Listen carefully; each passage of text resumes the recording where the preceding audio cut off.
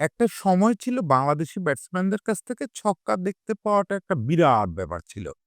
কেউ একজন ছক্কা মারলে সেটা রীতিমতো আমরা গল্প করতাম যে অমুক আজকে ইন্টারন্যাশনাল ম্যাচে ছক্কা মারছে। ইনফ্যাক্ট শেষ দিকে এসে রফিক ভাই ২-৪ টা ছক্কা মারবে। পরবর্তীকালে এসে আশরাফুল আফতাব কিছু ছক্কা মারবে। এছাড়া আমরা সেরকম ছক্কার প্রদর্শনী বাংলাদেশে কোনো কালে দেখে অভ্যস্ত না। মানে ছক্কা আমাদের জন্য কতটা আরাধ্য ব্যাপার ছিল সেটা একটা মজার ঘটনা শোনেন। আমাদের একজন সিনিয়র ব্যাটসম্যান যিনি একেবারেই ছক্কা-টক্কা মারতেন না ইন্টারন্যাশনালে, একদিন নেটে ৩ টা ছক্কা মারছিলেন। সেটা নিয়ে 'প্রথম আলোর' যিনি ক্রীড়া সম্পাদক মনি ভাই মানে তারেক মাহমুদ, উনি পরদিন মজা করে 'প্রথম আলোতে' ছোট্ট একটা লেখা লিখছিলেন যে উনি নেটে অন্তত ছক্কা মারতে পারেন। এরকম একটা পরিস্থিতি আমাদের ছিল। নানা কারণ ছিল, কোনো কিছুই যুক্তি ছাড়া হয় না। সময়টা ওরকম ছিল, পাওয়ার হিটিং এর প্র্যাকটিস ছিল না। কিন্তু দুঃখটা আক্ষেপটা আমাদের চিরকাল ছিল যে আমাদের কোনো ক্লিন হিটার নাই। দেখেন আজকের যে যুগ, আমরা এই যে বারবার বলি, গতকালকে বলছি আমি যে আমরা একটা টি-টোয়েন্টি টিম পেয়ে গেছি। এখন টি-টোয়েন্টি টিমের একটা বড় শর্ত হচ্ছে যে ক্লিয়ার করতে পারা। বাউন্ডারি ক্লিয়ার করতে পারা। আপনি এখানে স্ট্রাইক রোটেট করে বা অন্যান্য কৌশল করে গ্যাপ বের করে অমুক-তমুক করে আপনি কম্পিটিটিভ স্কোর করতে পারবেন না।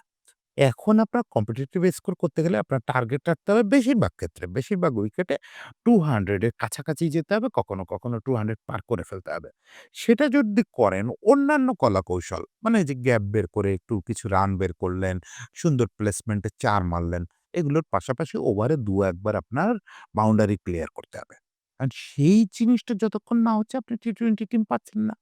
এই টি-টোয়েন্টি টিমটার আমাদের এই টি-টোয়েন্টি টিমটার সবচেয়ে বড় যোগ্যতা হচ্ছে যে বাউন্ডারি ক্লিয়ার করা, ক্লিন হিট করতে পারা। দেখেন আমাদের যে ২ ওপেনার যারা মূলত ১ম ৬ ওভার ইউজ করবে, ১ম পাওয়ার প্লেটা ইউজ করবে, তারা এখন বিশ্বের সবচেয়ে ভালো পাওয়ার হিটারের মধ্যে পড়ে গেছে। পাওয়ার হিটার মানে আবার আপনি নিকোলাস পুরান ধরে নিয়েন না। পাওয়ার হিটার বলতে আমি বোঝাচ্ছি এরা সুন্দর বাউন্ডারি ক্লিয়ার করতে পারে। এর মধ্যে তানজিদ তামিম তো সম্ভবত বাংলাদেশের হিস্ট্রির সবচেয়ে সুন্দর ছক্কা মারতে পারে। এত সুন্দর ছক্কা মারতে পারে, এত পরিষ্কার ওভার দ্য টপ শট এত সুন্দর করতে পারে, এটা আমি আগে পরে কখনো দেখি নাই। ইমনও তার সঙ্গে সমানে পাল্লা দিচ্ছে। একটা স্ট্যাটস আমি একটু আগে দেখতেছিলাম, এই কনটেন্ট করার একটু আগে দেখতেছিলাম যে এবছর ইমন এবং তামিম দুজনই টি-টোয়েন্টিতে ২১ টা করে ছক্কা মারছে। ইন্টারন্যাশনাল টি-টোয়েন্টিতে। এটা আপনি কল্পনা করতে পারেন? কোনদিন কল্পনা করতে পারেন? আমাদের অনেক ব্যাটসম্যান যাদেরকে আমরা বড়, বড় হিটার ব্যাটসম্যান মনে করি, পাওয়ার হিটার মনে করি, তারা তাদের ক্যারিয়ারেই ২১ টা ছক্কা মারতে জান বের হয়ে গেছে। ক্যারিয়ারে। সেখানে এই বছর দুজনই ২১ টা করে মেরে দিছে।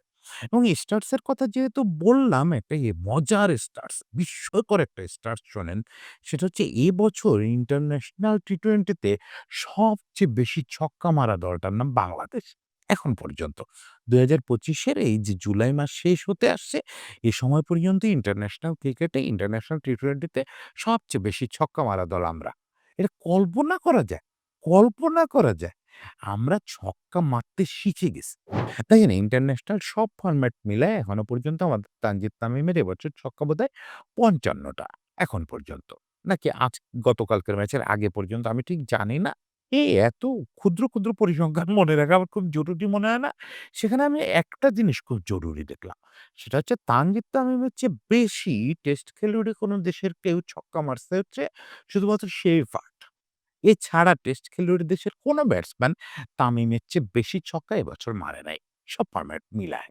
বাকি আছে কানাডা, উগান্ডা, অমুক-তমুক এরা তো প্রচুর ম্যাচ নিজেদের মধ্যে খেলে। ওদের কোয়ালিটি অফ বোলিং, ফিল্ডের সাইজ অমুক-তমুক মিলায় ওটা এখনো আমরা মেইন স্ট্রিম হিসাবে না ধরি। মেইন স্ট্রিম হিসাবে যদি শুধু টেস্ট খেলুড়ে দেশগুলোকে নেন, তাহলে তানজিদ তামিম সব ফরম্যাটে এবার বিশ্বের অন্যতম সেরা ছক্কা মারা খেলোয়াড়। সেটা শুধু তানজিদ তামিম আর ইমনরে দিয়েই থেমে থাকতেছে ব্যাপারটা তা না। একটু নিচের দিকে আসেন, ওই যে সাকিব ওইদিন বলছে টি-টোয়েন্টিতে মিডল অর্ডার বলে কিছু নাই। আসলেই তো। হয় নতুন বলের খেলোয়াড়, নাহলে একটু পুরনো বলের খেলোয়াড়। নতুন বলের খেলোয়াড়দের ব্যাপারটা বুঝলেন যে আমাদের ২ ওপেনার সমানে বাউন্ডারি ক্লিয়ার করতেছে। নিচের দিকে আসলে আবার দেখবেন জাকের। সেও কিন্তু টপ লিস্টে আছে। সেও বোধহয় এবছর ১৫ টা ছক্কা অলরেডি মেরে ফেলছে।